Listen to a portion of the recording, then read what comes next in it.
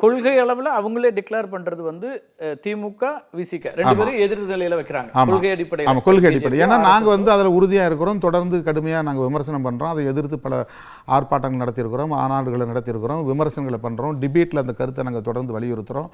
தமிழ்நாட்டு அரசியலில் வந்து பாரதிய ஜனதா காலூன்றுவது நல்லதல்ல, ஐடியாலஜிக்கலாக அவங்க ரொம்ப ஆபத்தான ஒரு கொள்கையை கையில் வச்சுருக்கிறாங்க அப்படிங்கிறத நாங்கள் தொடர்ந்து பேசுகிறோம். அதனால் வந்து எங்களை பலவீனப்படுத்தணும், விசிகாவை தனிமைப்படுத்தணும் அப்படிங்கிறது ஒரு நீண்ட நாள் செயல் திட்டமாகவே இருக்கு. நீங்கள் சொல்கிற குற்றச்சாட்டில் விசிகாவை தனிமைப்படுத்துவது பிரதானமாக இருக்கா, திமுக கூட்டணியை உடைக்கணுங்கிறது உங்கள் திமுக கூட்டணியை பலவீனப்படுத்துறது தான் பிரதானமானது.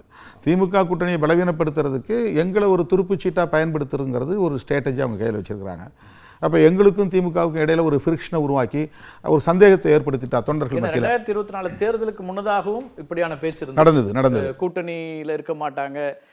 இன்னும் சொல்ல போனால் அதிமுக தலைவர்கள், இரண்டாம் கட்ட தலைவர்கள் தொடர்ச்சியாக சொல்லிட்டு இருந்தாங்க, உடஞ்சிரும், எங்களோட வருவாங்க அப்படின்னு சொல்லியிருந்தாங்க, வெளிப்படையாகவே சொன்னாங்க. ஆமாம், அப்படியான முயற்சி ஏதாவது இருந்துச்சா 2024க்கு முன்னாடி? ஏன்னா அதுதான் தொடர்ச்சியாக ஒவ்வொரு தேர்தல்லையும் அது இருந்திருக்கு. ஒவ்வொரு தேர்தல்லையும் தனிப்பட்ட முறையில் சந்திச்சும் பேசியிருக்கிறாங்க, வற்புறுத்தி இருக்கிறாங்க, ஆசை காட்டியிருக்கிறாங்க, அந்த மாதிரிலாம் நடந்திருக்கு. நாங்கள் ஒவ்வொரு முறையும் வந்து நம்ம நண்பர்களாக இருப்போம். எப்போ பார்த்தோம், நேற்று கூட ஒரு பாரதிய ஜனதா கட்சியினுடைய துணைத் தலைவர் ஒரு நிகழ்ச்சியில் கலந்துக்கிட்டார், என் பக்கத்தில் தான் உட்கார்ந்தார், பேசிக்கிட்டு தான் இருந்தோம். அது வேறு, அது பார்க்கக்கூடாதுன்னு ஒன்றும் கிடையாது. எனக்கு நான் பல மேடைகளில் சொல்லியிருக்கிறேன், நம்ம பொன்னார் நல்ல பழக்கம் தான், நம்ம சவேரா சக்கரவர்த்தி நல்ல பழக்கம், அவங்க முன்னாள் ஆளுநர் தமிழிசை சவுந்தரராஜன் நல்ல பழக்கம். பாஜகவில் எல்லாரோடையும் எனக்கு நல்ல நட்பு இருக்குது.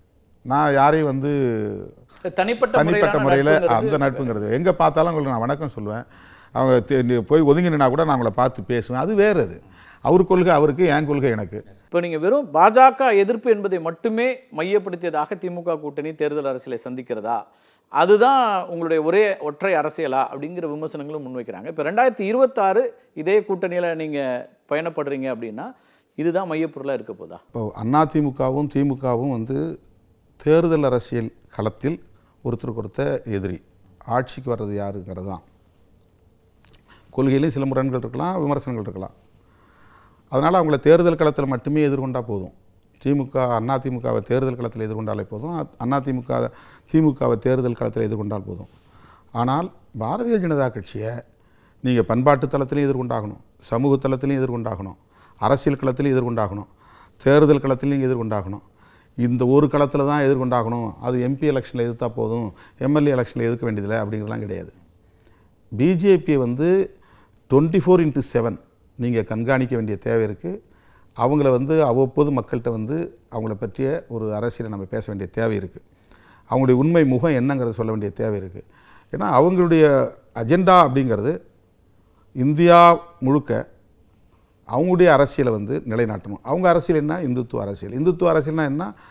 மத அடிப்படையிலான பெரும்பான்மைவாதம். மத அடிப்படையிலான பெரும்பான்மைவாதம் எங்கே போகுது? வர்ணாசிரம தர்மத்துக்கு தான் அது போய் முடியும். இங்கே அதுக்கு சிறுபான்மையினருக்கு எதிரான வெறுப்பு அரசியல் அவங்க விதைக்கிறாங்க.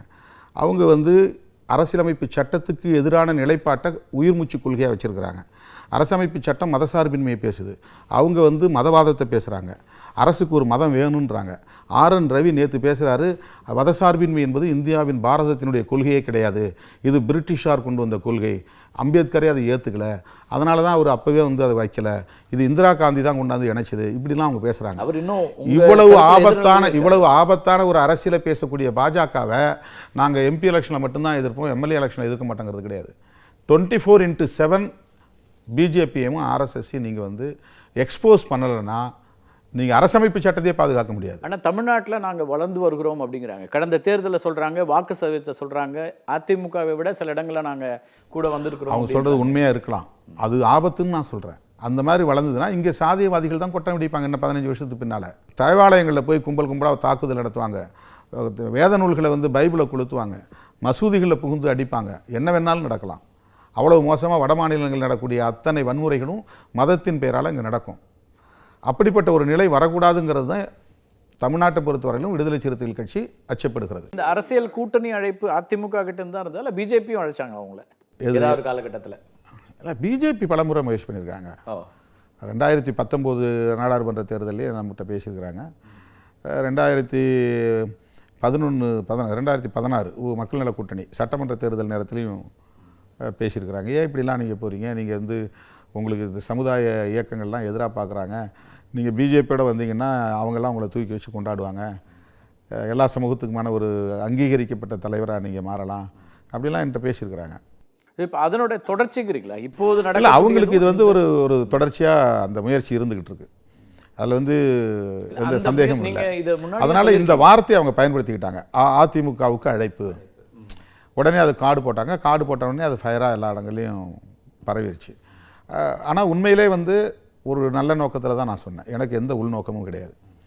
நான் வந்து ஒரு கார்டு போட்டு பார்ப்போம், இதில் வந்து திமுக என்ன ரியாக்ட் பண்ணுதுன்னு பார்ப்போம், ஏடிஎம்கே என்ன ரியாக்ட், அதெல்லாம் கிடையாது. இதெல்லாம் செய்யணும்னா இது ஒரு ஹிடன் அஜெண்டா. நான் கமுக்கமாக இதை வச்சிருந்து உரிய நேரத்தில் இந்த முடிவை நான் எடுத்துகிட்டு போகிறேன். எதுக்கு நான் இப்படி வந்து நான் 1.5 வருஷத்துக்கு முன்னாடியே ஒரு கார்டு போட போகிறேன்? எதுக்கு ஓப்பனாக இந்த ஹிண்ட் நான் கொடுக்கணும்? இப்படி சிக்னல், இந்த சைகை நான் செய்யணும்? கூட்டணி அப்படி ஆட்சி நான் செய்கிறேன்னா எனக்கு அரசியல் தெரியலன்னு அர்த்தம்.